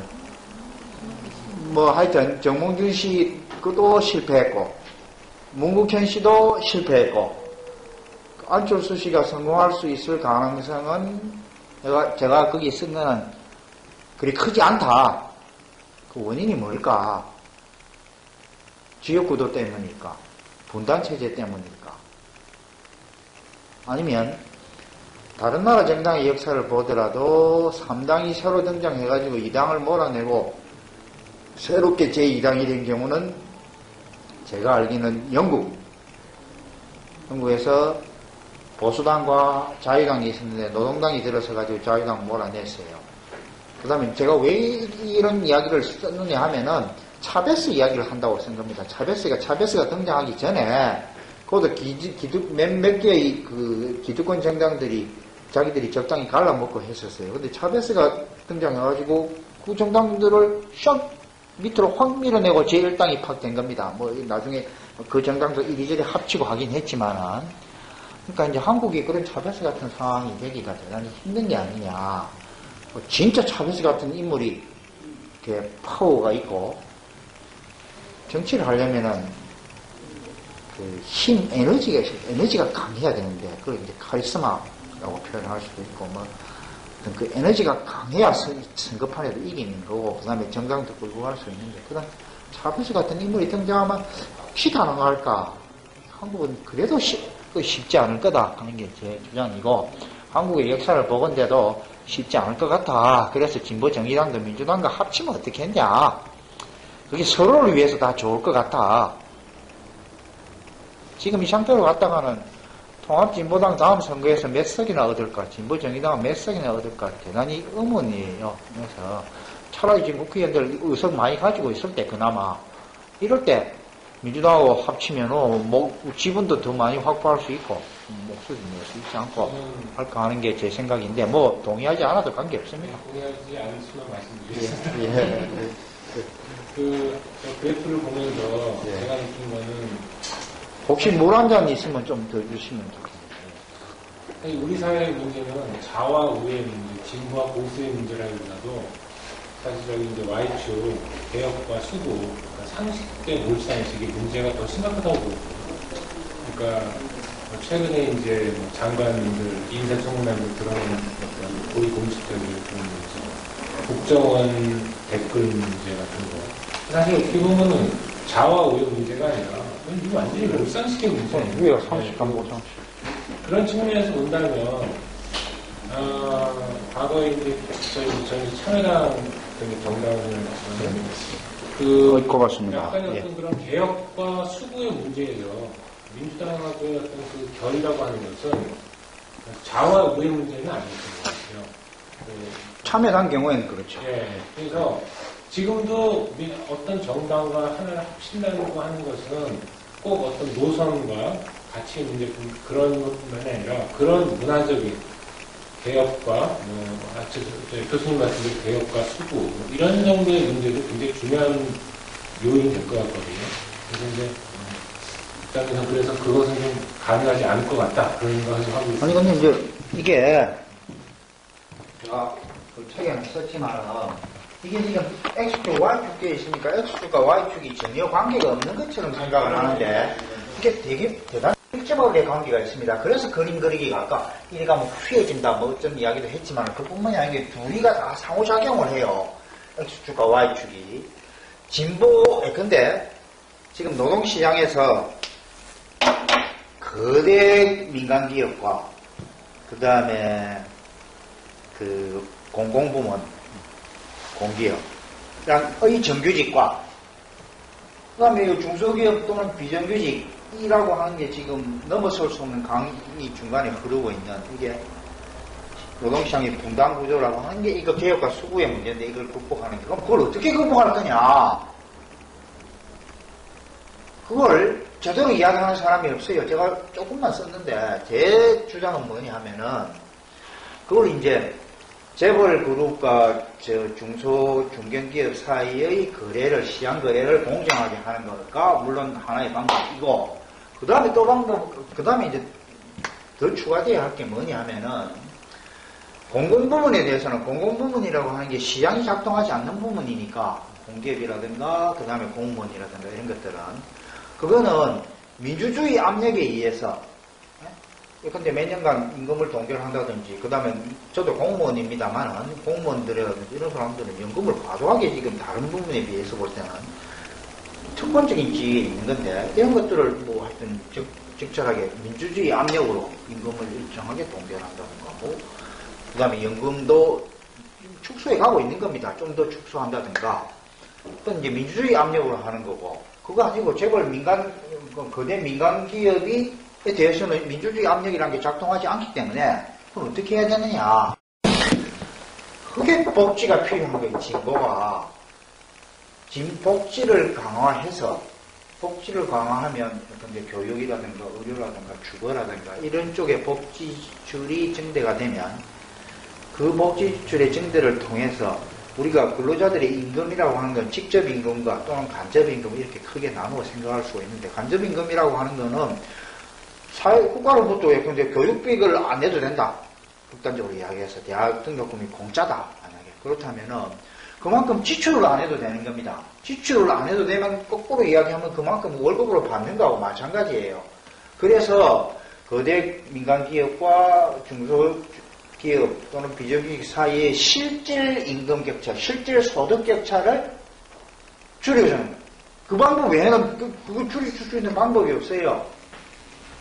산별 노조를 만들자고 누군 이야기하는데 산별 노조는 되지가 않습니다. 형식적으로 뭐 이렇게 무슨 보건 산별 이래 있지 비슷한 건 있지만 실질적인 산별이라고 하면 산별 내의 그룹 기업, 산별 내에 속하는 기업들의 임금을 전체적으로 같이 결정해야 되는데 그렇게 할 수가 없는 거예요. 비슷비슷 고만고만한 기업들끼리는 할 수 있겠죠. 중소기업끼리는 할 수 있을지 모르지만 하나만 하든 큰 의미가 있는 게 아니고 그런데 현대자동차와 현대자동차 부품업체 사이에 그걸 임금을 같이 결정한다. 거의 같은 수준으로. 현대자동차 노조가 그걸 받아들이겠어요? 절대 안 받아들입니다. 그걸 받아들이라고 하는 거는 그 현대자동차 노조원들이 한테 예수님이나 석가님처럼 훌륭한 인물이 되라는데 그게 말이 되는 이야기예요. 안 되는 일이에요. 그러니까 이렇게 아까 말씀드린 대로 거대 기업 정규직과 중소기업 비정규직 사이의 부당한 격차가 존재하고 격차라는 게 전혀 없을 수는 없는데 부당한 격차가 존재하는 속에서는 산별 노조, 진정한 의미의 유럽식의 산별 노조는 불가능한 거예요. 제 방법밖에 없는 겁니다. 진보. 그러니까 진보와 개혁이라고 하는 거는 상호작용한다. 거꾸로 경우도 개혁이 돼야 진보가 또 할 수 있어요.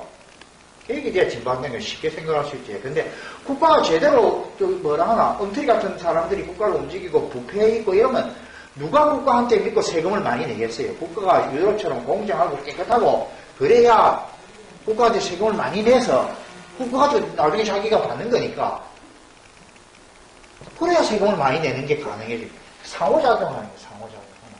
근데 이제 금방 이야기한 대로 우리 사회는 이 문제가 상식의 문제가 어떤 면에서는 더 심각할 수가 있죠. 그러나 노인들이 지금 뭐 자살을 근년에 5배씩이나 늘어나고 자살률이 세계 OECD 평균에 그것도 5배나 되고 노인이 아니라서 심각하게 생각할지 모르지만 중년 사람들은 심각한 거예요. 그러니까 다 심각한 겁니다. 어느 쪽이 하나가 더 심각한 게 아니고 그리고 이걸 택하면 이걸 안 택한다는 문제가 아니고 다 같이 해야 되는 거기 때문에 그 다음에 이제 두 개 당이 합치냐 안 합치는 건 제가 합치라고 말할 차원도 아니고 다만 지금 국회 숫자 자꾸 줄어들어가는데 그게 좋을 것 같다. 그 다음에 하수도 민주당을 바꿔 저는 이제 왜 나왔는지 잘 모르겠는데 아까 말씀드린 대로 부패 앞으로 부패에서 도저히 벗어나지 못할 집단이라서 나왔는지 모르겠는데 사람이 완전 구제불능인 집단도 없지는 않겠지만 그걸 좀 합시다. 예. 이제 진보정의당은 작년도 이제 통진당 사태 이후에 그 일부의 세력이 어쨌든 더 이상 통진당에서 가능성이 없다라고 생각해서 이제 나와 있는 정당이 진보정의당인데요. 근데 지금 이 글 중에 이건 어쨌든 작년에 통진당 사태가 있던 바로 직후에 그리고 이제 분당이 되어지기 전에 이 책이 출판되면서 보면 이제 그때 상황에서 이제 이 문제가 잘 처리되면 어쨌든 진보 세력이 다시 한번 이 국민들의 신임을 받는 세력으로 할 수 있는 계기가 되겠고 이게 잘못 처리되면 진보의 큰 위기로 이어질 것이다 이렇게 쓰고 계세요. 그때 작년 여름에 7월 이전에 쓰신 그때 하고 지금 시점에서 통합진보당 사태를 지금 분당에 있는 진보정의당 분들이 잘 대처하고 잘 행보했다고 보시는지. 모르겠어요. 그거는 법적으로 예컨대 저는 눈에 보이는 거는 폭력 사태잖아요. 회의장에서요. 기본적으로 폭력 사태라고 하는 거는 그 민주노총의 대의원대회에서 신나 들고 가가지고 위에서 한 거나 마찬가지 행태들입니다. 그 민주노총의 그런 행태라고 하는 게 바로 이게 수구적인 행태예요. 민주주의의 기본 질서를 민주주의를 발전시키고 시장을 제도를 발전시키다 하는 게 그 개혁인 거니까 그걸 개혁 못하게 하는 게 이제 아까 이야기한 대로 민주노총 대의원에서 대회에서 신나 뿌리고 그 다음에 통합진보당 그때 이름이 통합진보당이었습니까? 그렇습니다. 통합진보당 때 그 머리 끄덩이 잡아당기고 가서 두드리게 패고 하는 그게 다 이쪽 자세잖아요. 그러니까 그건 잘못됐다. 그건 눈에 뻔한 이야기고 무슨 변명을 해도 안 되는 이야기인데 다만 이제 선거 부정이라고 하는 게 이게 어느 쪽이 더 많이 했고 덜 많이 했고 이거 도대체 제가 알 수가 없어요. 알 수가 없어서 그건 모르겠습니다. 그건 모르겠고 이미 지금 나와버린 상황이니까 그때 잘했냐 못했냐 따지는 건 별 의미가 없고 제가 이미 나와버린 상황에서 다시 합치겠어요? 합치자는 사람 있어요? 나 없을 것 같은데 합쳐봤자 별로고 합치려면 차라리 합치려면 안 합치겠다 그래서 가시면 가는 거고 합치려면 차라리 민주당하고 합쳐라. 그게 민주당한테도 도움이 되고 진보정의당도 유시민 씨도 그냥 유시민 씨 제가 유시민 씨 선배입니다. 제가 유시민 씨가 당 의장할 서울대 대의원 의장할 때 그때 제가 그 서울대에서 조교를 했었습니다. 같은 과에. 그래서 그때부터 아는 사이인데 뭐라 하나 이게 문학적 청량적인 자질이 뛰어나고 그 다음에 칼럼 쓰는 속도도 저도 그렇게 늦은 편은 아닌데 저보다도 훨씬 빨리 쓰고 탁월한 능력이 있어요. 그래서 저는 본인이 정치가로서 이제 손 뗐다. 그래서 글 쓴다 그러길래 그 신문에 인터뷰 크게 나섰는데 한겨레신문 크게 인터뷰 나왔는데 그러니까 얼굴도 표정이 좋아지는 거예요. 자기 체질에 훨씬 더 맞는 쪽으로 간 것 같아요. 그리고 유시민 씨 갔는데 유시민 씨가 진보정의당을 좌지우지하는 건 아니겠지만 여러 가지 조건상 제가 진보정의당 분도 있고 그 다음에 민주당 분도 같이 있는 자리에 우연히 같이 있었던 자리가 있었어요. 그 민주당 사람이 그 사람 민주당의 무슨 대표적인 사람도 아닌데 차라리 민주당의 일부 사람들이 진보정의당 쪽으로 가면 어떻겠냐 그래서 제가 거꾸로 진보정의당이 민주당으로 가면 오히려 그게 더 좋을 것 같아. 그래서 그 수도 있겠냐 하고 민주당 사람들 그러고 진보정의당 분도 자기들도 고민 중이라고 이야기를 하는데 제가 이 책에 보시면은 제 일부가 정치에 관한 이야기고 정치에서 전선치기에 관한 전선을 어떻게 치느냐 하는 게 대단히 중요한데 우리 전선이라고 하는 게 우리 이쪽이 점점 민주당보다 더 진보적인 분들이 그동안 전선치기를 참 잘못했다 하는 게 여기 제 5장에, 책 5장에 나와 있는 이야기들입니다. 그러니까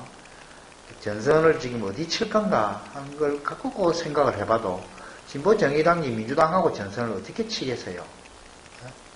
그러니까 지금 더 치기 힘들어졌지. 그러면 전선이 안 쳐지는데 따로 있을 이유가 없는 거지. 무슨 진보정의당 충청도가 기반인 것도 아니고. 그 다음에 우리 구조라고 하는 게 아까 말씀드린 대로 의원내각제라면 괜찮아요. 의원내각제라면 괜찮은데 의원내각제가 아닌 대통령제인 상황이라 대통령제인 상황에서 국회의원 낼 때마다 다 단일화 이제 단일화 협상하는 것도 너무 많이 해가지고 이제 특히 안철수 씨하고 문재인 후보하고 이거 하면서 이게 사람 짜증내게 많이 만들었잖아요. 그러니까 노원병 선거에서 어떻게 될지 모르겠는데 이제 감동을 주는 단일화라고 하는 게 쉽게 점점 어려워져 가고 있습니다. 제가 늘 이야기했듯이 단일화라고 하는 거는 필요 조건이지 충분 조건은 아니라고 그랬는데 이렇게 여당이 많아지면 필요 조건으로 해야 되는 거예요. 안 할 수가 없어요. 안 할 수가. 해야 되는 건데 그래 자꾸 그 일을 계속 반복할 것인가 그러느니 아래 들어가서 김기식 의원이 이야기한 대로 빅텐트 해가지고 다른 나라 정당들 다 그런 거죠. 그 안에 좌파들이 다 있습니다. 그 안 내부에 또 좌파 아까 말씀드린 대로 진보파 내에 더 진보적인 쪽 그 다음에 더 보수적인 쪽이 큰 흐름을 하나 있는 게 낫지 않을까. 그게 민주당도 지금 도대체가 제가 민주당에 대해서는 뭐라고 썼느냐 민주당 제가 자세히 모릅니다만은 소말리아 같은 정당이다.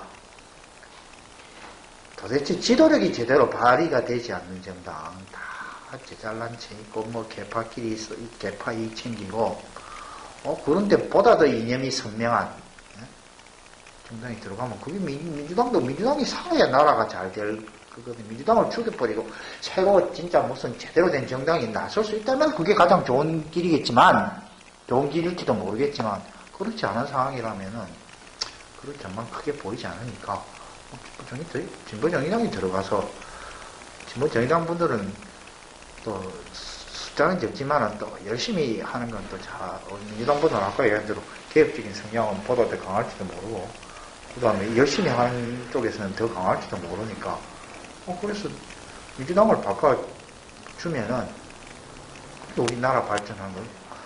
새누리당 들어가서 바꿔주는 방법도 있는데 새누리당에서는 받아주지 않을 테니까 민주당이 들어가서요. 그런데 뭐 제가 질문을 하니까 제가 하는 이야기지, 제가 그거에 대해서는 여기 쓴 적 없습니다. 저는 그 앞부분을 읽으면서요. 네. 노무현 참여정부에 대한 말씀을 많이 하셨는데 혹시 옛날에 이 책 제가 발표할 때 혹시 그게 오지 않았었습니까? 참비에서 할 때. 진짜. 미프레스, 아따, 열심히 치네. 맞아, 어디선가 뵀는데. 그때도 그냥 열심히 들었는데요. 예. 그러니까 노무현 어떤 참여정부 때 어떤 비판을 하셨는데, 예. 사실 그러니까 보수 쪽은 그 대통령이 된 분이 어떤 썰깃을 해도 별로 비판도 안 하고 그냥 어떻게 보면 8, 50들이 굉장하잖아요. 그리고 같은 통 속으로 쭉 같이 가잖아요. 이명박 대통령이 뭔 일을 하든. 근데 어쨌든 저는 진보 쪽은 되고 나면 근데 이제 김대중 대통령 때는 어제 IMF라는 게 있어서 그런가 그분이 어떤 진짜 흔히 말하는 신장 만능주의 모든 정책을 펴도 그게 IMF의 지시였기 때문에 어쩔 수 없다 하셔도 이렇게 묻어갔다가 이제 IMF가 극복됐다면서 노무현 대통령 되고 나서는 굉장히 이제 많았죠. 보물처럼 터져나오는 것들이 많이 있잖아요. 그래서 저는 그러니까 참여정부의 잘잘못 또 여러 가지가 있겠지만 과연 우리나라에 진보 쪽의 대통령이 나왔을 때 우리 진보 쪽에 8, 50은 있는가? 예. 결국은 맨날 우리끼리 논리적인 어떤 민주적인 어떤 부분에서 제가 굉장히 모자란다고 생각하거든요. 그런 면이 있죠. 그런 면이 있는데, 제가 그래서 차별서 이야기를 제가 요새 쓴 겁니다. 제 블로그에 보시면은. 그쪽 나라 사정은, 그쪽은 우리보다 더 뒤떨어진 나라예요. 국민 소득 면에서도 그렇고, 사회적으로도 그렇고, 하다못해 보수 언론의 힘도, 우리는 한겨레 경향이라도 있는데, 거기는 한겨레 경향 같은 신문도 없어요. 방송에서 나와가지고 대통령 쿠데타를 선전하는 나라였습니다. 차베스를 거꾸로 틀려라, 차베스를 쓰러뜨리라고, 차베스를 반대하는 쿠데타가 일어났을 때, 그 쿠데타를 지지하는 방송들은, 상업방송들은 다 그쪽 세력이에요.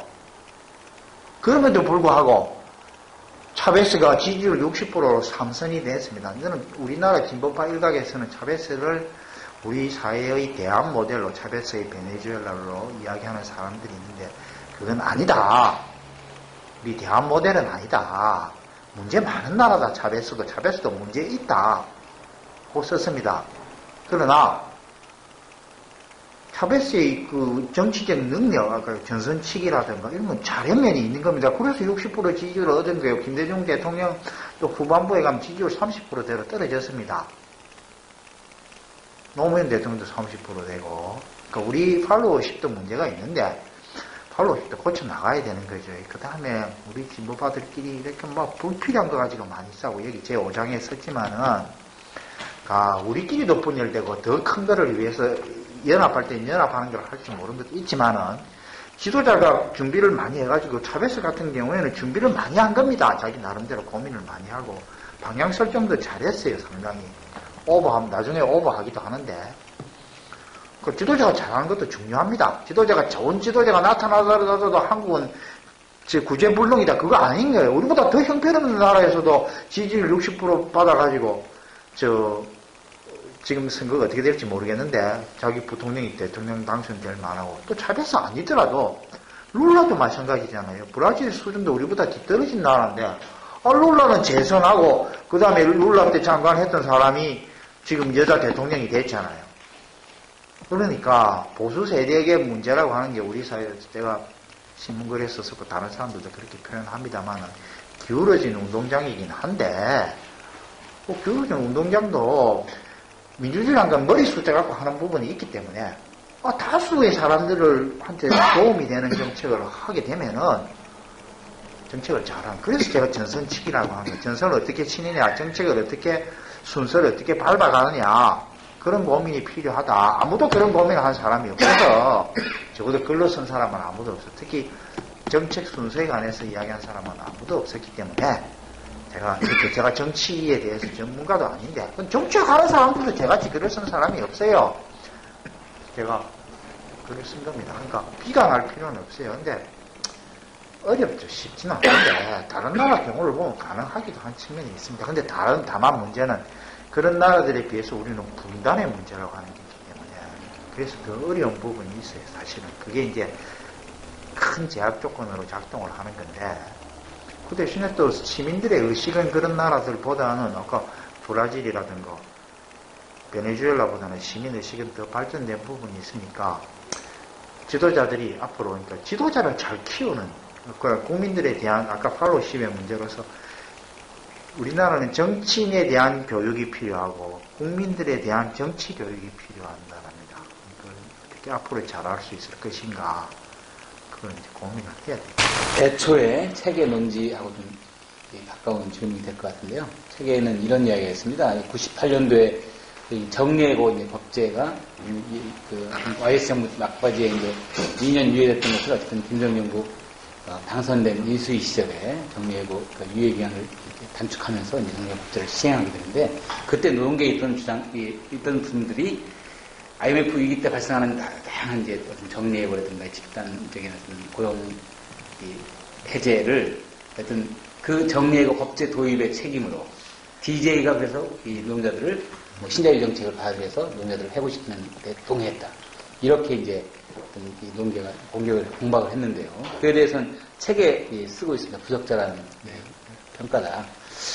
근데 거의 비슷한 방식으로요. 예를 참여정부 때 이제 비정규법이 제정되거나 제정되었습니다. 근데 개정되죠. 제정이 아니고 개정. 기간제법과 파견법만 개정되었고, 예. 그러니까 비정규직에 관한 이제 법은 제정되었죠. 아니 비정규직에 이제 안에 들어가서 기간제법은 제정이 됐는데 비정규직 전체에 관해서는 개정돼 있었고, 그러니까 개정 중에 안에 내용이 그게 그렇습니다. 들어갔습니다. 근데 이제 그걸 어떤 이 참여정부의 어떤 비정규직법 제정 개정으로 어떤 이 비정규직들이 양산되었다고 주장합니다. 그것도 또 틀리냐. 그런 주장에 대해서 그것도 틀리냐. 수치로 보면 그러니까 더 늘지가 않았어요. 오히려 줄어들었어요. 그러니까 제가 어찌로 5장에 써놨는데 저는 노무현 정권이 잘했다고 주장하는 게 아니고 잘못한 부분도 많이 있는데 노무현 정권을 더 미워하는 게요. 왜냐 노무현 정권이 민주당이 거꾸로 지어야 자기가 3당으로 일었을 거라고 착각을 해가지고 실제는 노무현 정권이 잘 나갈 때 민주노동당도 잘 나갔어요. 왜냐? 우리나라의 큰 대치 전선은 한나라당과 이쪽 다 정당으로 되기 때문에 이쪽이 잘 나가면 이쪽도 잘 나가는데 그걸 착각하고 민주당을 거꾸로 때려야 자기들이 될 거로 생각하고 이쪽에다가 주된 주전선을 친 겁니다. 그러니까 왜곡합니다. 그 고민들을 많이 했습니다. 그 당시에. 근데 그게 이제 만족스럽게 됐냐? 그렇지 않죠. 그러나 그것 때문에 뭐가 비정규직 문제가 더 심각해졌다. 천만의 말로 숫자가 그렇지 않는데 틀리냐. 그러니까 공부를 안 하는 게 숫자가 그런 거 아닌가. 그건 이제 우리 보수 언론들 내지 이 수구 꼴통들도 그런 식으로 많이 하죠. 엉터리 숫자 갖고 와가지고 복지하면 나라 망한다 하면서 남유럽 것만 들고 나오는 거예요. 요새 이제 조금 바뀌기 시작했는데, 그건 이제 경제민주화 들었으면서 조금 바뀌기 조선일보 같은 경우에도 이제 바뀌어버려가지고, 스웨덴 쪽으로 하는 게 망하는 길이 아니다 하고 이야기를 하지만, 예전만 하더라도 스웨덴식으로 하면 망한다 하는 거였어요. 예전이란 게 오랜 기간도 아닙니다. 5, 6년 전만 하더라도. 그러니까 날조 왜곡하는 거는 이쪽 수구 꼴통들만 날조 왜곡하는 게 아니고, 이쪽 소위 수구 진보파들이지, 수구 진보 아니더라도 그냥 진보파들도 공부를 안 하는 게 공부를. 그 다음에 보기 싫은 겁니다. 진실이 두려운 거예요. 진실이 두려워. 왜냐면 머리가 복잡해지니까. 그냥 반대하면 편하거든. 근데 진실을 보게 되면은, 이게 생각만큼 그렇게 간단한 문제가 아니구나. X축, Y축 같은 거를 생각할 수가 없고, 간단하게 그냥 노무현 정권은 보수고 신자유주의고 이렇게 막 신자유주의란 말로 덮으시 김대중이 정권 신자유주의로 덮으시면 간단하니까. 근데 사실은 그렇게 간단하다고 덮으시는 게 더 복잡한 거예요. 국민들은 신자유주의가 무슨 말인지 모르거든요. 자기도 몰라요. 주장하는 사람이 신자유주의가 뭔지도 잘 몰라요.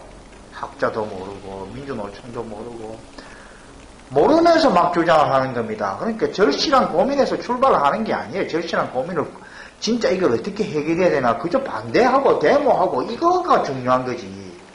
그러니까 무슨 발전이 있겠어요. 그러니까 자꾸 퇴보하는 거지 지금. 작은 이 질문인데요. 예. 그 경제학 같은 상식과 같은 것인데 예. 책에 보면 이제 한국의 경제 수준을 네. 1인당 GDP 보통 우리가 이제 뭐 22,000불, 23,000불 수준의 어떤 1인당 GDP에서 지금 이제 도약하고 있지 못하고 있다 이런 평가를 하는데 이 교수님께서는 이제 구매 기준 1인당 GDP 기준으로 한국의 경제 상황을 다른 나라하고 비교해 볼 수 있어야 된다 이런 얘기를 하고 계세요. 조금만 더 설명을 해주시면 될 것 같습니다. 그러니까 구매력이라고 하는 게 실질 소비 수준하고 관련되는 거니까 사람들이 생활 수준의 이야기입니다. 그 생활 수준 면에서 볼 때 한국은 이태리 넘어섰어요. 그 다음에 스페인 넘어섰어요. 많이 넘어선 건 아니고 조금. 그 다음에 오스트레일리아, 뉴질랜드하고 비슷해요. 그럼 선진국이에요, 우리 선진국입니다. 제가 그걸 10장, 11장 앞부분에 썼는데, 그뿐만이 아니라 산업구조를 봐도 그렇지. 산업구조에서 중요한 산업들, 철강, 조선, 그 다음에 삼성전자, 제가 삼성 체제를 많이 비판하지만 저는 삼성이 제대로 국민적인 기업으로 거듭나라고 삼성을 체제를 비판하고 삼성 총수를 비판하는 건데, 삼성이 잘 되는 거 좋은 일이거든요. 지금 애플 꺾었잖아요. 우리보다 못 사는 나라의 기업을 꺾으면 제가 약간 가슴이 아픈데, 잘 사는 나라 기업을 꺾는 거는 괜찮으니까. 지금 그런 선진국입니다. 그 산업구조 면에서. 그 다음 소비 수준도 봐도 실제 유럽 같은 데 돌아다녀 보면 우리 소비 수준은 물론 우리 사회는 이제 빈부 격차가 심하니까 그렇긴 하지만은 결코 뒤지지 않습니다. 선진국인 거예요. 그러니까 우리 선진국이라고 하면 제가 책에도 썼지만은 보수파들은 아니, 우리가 선진국이라고 하는 게 인정하기 싫은 겁니다. 왜냐, 자꾸 또 채찍질 해가지고 소득 4만 불 가자 해가지고 허리 쥐어 짜야 되니까. 그럼 진보파들은 선진국이다 하면 우리 좋은 나라 되는 걸로 생각해가지고, 좋은 나라 아니다 해야 뭔가 과격한 주장을 할 수 있잖아요. 근데 둘 다 틀린 주장은 선진국인데, 국민소득 면에서는, 1인당 국민소득 면에서 선진국인데, 바람직하지 못한 선진국입니다. 선진국도 여러 종류가 있습니다.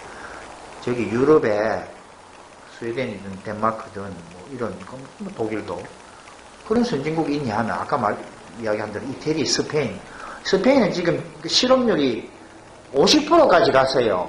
25% 젊은 층의 실업률이 50%고 국민 전체 실업률은 25%입니다. 그게 무슨 좋은 나라예요? 그 다음에 미국 같은 나라 아까 말씀드린 대로 실업률도 지금 높지만 그건 일시적인 현상이라 보더라도 범죄자가 그래 유럽의 7배나 비율 인구 10만 명당 근데 범죄자 비율로 하면 7배나 되는 그건 안심하고 어떻게 밤에 돌아다닐 수도 없는 특히 일부 지역 빼고는 그게 무슨 좋은 나라야. 한국도 선진국이 됐지만은 노인 자살률이 그렇게 엄청나고 그 다음에 애들은 뭐 죽을 둥 살둥 밤늦게까지 막 과외하고 부모들은 고3쯤 되면은 부모는 그저 가슴이 조마조마해가지고 문 열 때도 조용히 열고 제가 고단함, 억울함, 불안함 문제고 이것도 제가 발명한 말입니다. 제가 선거 때 지난 대선 때 고단함, 억울함, 불안함이라고 하는 단어를 쓰는 후보는 당선된다. 그 이야기를 공개적으로 이야기를 했는데 바보 같은 우리 이쪽 후보들이 쓰지를 않은 겁니다. 왜 안 쓰냐? 후보가 몰라서 안 쓸 수도 있지만 그 밑에 캠프에 있는 사람들이 그 캠프에 있는 교수란 사람들은 다른 사람이 한 이야기를 쓰는 걸 대단히 싫어해요. 교수가 감각이 있을 대중적 감각이 진보파들의 뭐 보수파 교수들도 마찬가지인데 대중 감각이 없습니다. 대중의 삶에 대한 감각이 없는데 그게 우리 진보파들의 제가 서문에다 썼지만은 고단함이라고 하는 단어를 후보가 TV 연설에서 쓰는 순간 파장이 일치하는 겁니다. 대중과 파장이 일치하는 거예요. 고단하잖아요, 우리의 삶이. 선진국이긴 한데 애들도 고단해, 학부모도 고단해, 직장에서 일하는 것도 고단해, 노인이 돼가지고도 저기 지하철에 가면은 신문들 끌고 가가지고 팔아야 되니 삶이 고단하지 않습니까? 그러면 고단함이라고 하는 단어를 쓰는 순간 저는 세 단어 중에서 제일 마음에 드는 단어가, 마음에 든다는 표현이 좀 그런데 별로 좋지 않은 단어들이라서 고단함이라고 하는 단어입니다. 제가 원래 고달픔이라고 하는 단어를 썼었는데 고단함이라고 하는 단어가 방송사 PD하고 이야기하는 쪽에서 탁나 제가 고달픔 이야기하니까 방송사 PD가 고단함이라고 딱 이거다 이게. 그래서 제가 단어를 고단함, 억울함이라고 하는 건 다른 선진국에는 없는 거예요. 억울함 때문에 개혁의 과제가 필요한 겁니다. 똑같이 오른쪽 바퀴 끼우는 거하고 왼쪽 바퀴 끼우는 거하고 똑같은 일을 하고 경우에 따라서 왼쪽 바퀴 갈아 끼우는 비정규직이 더 젊고 더 생산성이 높은데 월급이 반밖에 안 되고 기분 나쁜 거는 또 월급뿐만 아니라 기분 나쁜 건 어떤 거는 딱 플라스틱 명찰이고 어떤 건 천으로 된 명찰이고 인간적으로 멸시당하는 거예요.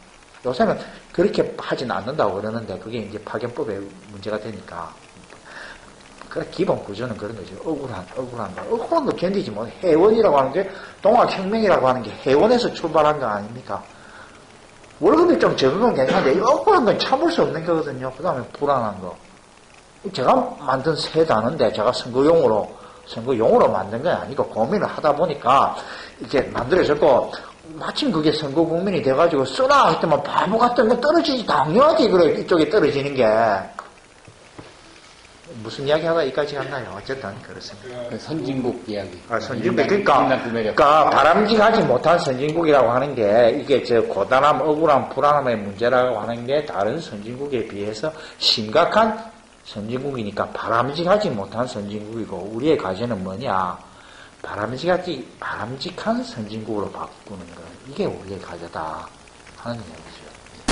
진보정의당의 당원들이 최근 제일 관심을 갖는 부분이 당의 이념, 이런 지표 이런 것들을 좀 최근에 많이 목소리를 높이면서 사민주의에 관한 관심들과 또 지향성이 굉장히 좀 커졌어요.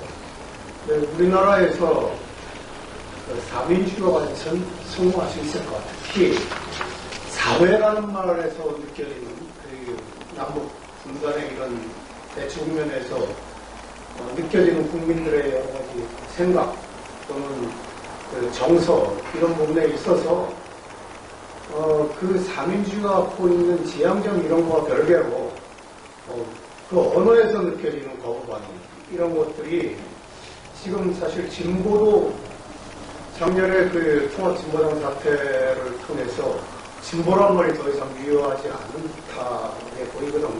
실제로 이제 진보정의당이건 또는 통합진보당이건 또 진보신당이거든. 진보만 들어가면 안 되고 진절머리가 난다고 하는 반응들이 아주 국민들 사이에 아주 팽배해 있는 것 같아요. 그런 차원에서 진보정의당 문제는 차치하고 그 진보정당 문제 차치하고 사민주의 이런 것들이 우리나라에서 과연 정착이 가능할 건지에 대한 좀 말씀을 드립니다. 사민주의가 뭐라고 생각하세요? 뭐가 사민주의라고 생각하세요? 근데 그건 뭔지 모르는 사민주의가 정책할 건가 말 건가 이렇게 물으시면 어떻게 하죠?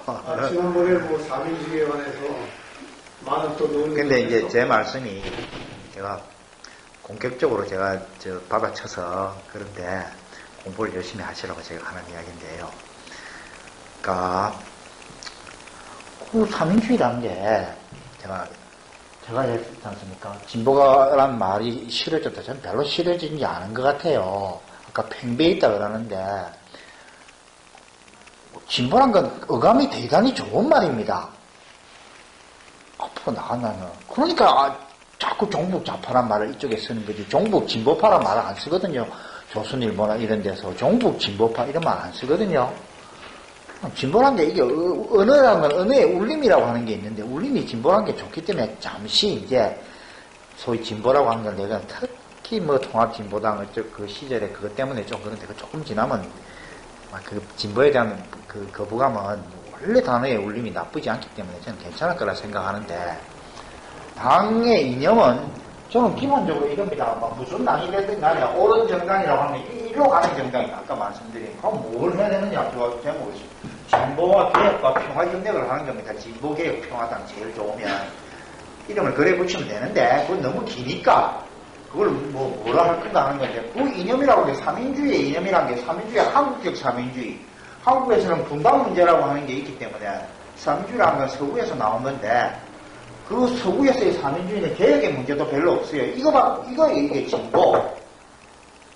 한국의 개혁의 문제라고 하는 게 중요합니다. 그래서 삼인주의만 갖고 되는 게 아니고, 삼인주의라면 이쪽으로 가는 거니까, 왼쪽으로 가는 거니까, 간단하게 이야기해서 이쪽으로 왼쪽으로 가는 겁니다. 복지를 더 강화하는. 삼인주의 그거 말고 무슨 다른 내용이 있어요. 옛날에는 사회주의를 주장했는데, 옛날에 삼인당은, 독일의 삼인당은 사회주의 혁명은 아니고 의회 삼인주의를, 의회를 통한 사회주의를 주장했는데, 지금 삼인주의, 그러니까 50년대 의회 독일 경우도 그렇고, 다른 스웨덴도 그렇고, 사회주의 하는 거 아니잖아요. 사회주의 아니니까. 사회주의라는 건 이게 이제 극단적으로 가는 이야기고, 극단적으로 안 가면 이쪽으로 가자는 이야기입니다. 근데 우리는 아까 이야기한 상식을 대체는 이 부분도 중요한데요. 삼인주의 하나만 갖고 덮어 씌울 수 없습니다. 이념을 꼭 찾아야 된다면 진보, 개혁, 평화예요. 삼인주의는 그 중에 한 부분입니다. 당 이름을 삼인당으로 한다, 뭐 해놓고 개혁도 하고 평화도 해도 되는데, 그거는 저는 그 방법보다 민주당을 합치는 게 더 좋겠다는 제 주장이, 내용은 이걸로 하되, 그러니까 내용은 삼인주의, 이건 한 부분이고, 들어가야죠. 한국에서는. 민주당은 이게 수구적인 정당이잖아요. 아니, 그래. 수구적인 게 아니고, 요 이야기인데 수구적인 측면도 있고, 자기들 주장은 개혁은 주장하죠. 그러니까 개혁은 주장했고, 그 다음에, 이쪽에 이제 진보 정의당보다는 오른쪽에 있죠. 근데 차이가 굉장히 많이 좁아졌다는 게, 그 총선 공약 보세요. 무슨 차이가 있어요? 아니, 그러니까 진보 정의당 측에서는 아까도 얘기했지만, 좌와 우의 문제보다는 지금 거기서 여기서도 다 교육적인 공약 내놓은 거 보시죠. 다 이쪽이에요. 이거 주장하는 사람. 민주주의도 그렇고, 예? 당내 민주주의도 그렇고, 당내 민주주의가 그 이제 문제인데. 지역적인 어떤 문제가 굉장히 불공정한 부분들이 많잖아요. 그래서 그러니까 들어가서 고치시라는 얘기지. 고칠 힘 없으면 들어가지 마시고. 한국에서는 촉수가 굉장히 중요한데, 촉수에서 항상 밀려서. 쪽수는 밀리지만, 민주당도 다 꼴통들만, 골치 아픈 백성들만 있는 게 아니니까, 그 안에서도 또, 그러니까 한 발씩 전진한다. 한꺼번에 뛰어넘으려 하지 말고, 한 발씩 전진한다고 생각하면 좋을 거라는 생각입니다. 근데 제가 여러분들한테 합치라고 지금 이야기하러 온 거 아니에요. 그러니까 합치든 마시든 여러분들 알아서 하시고.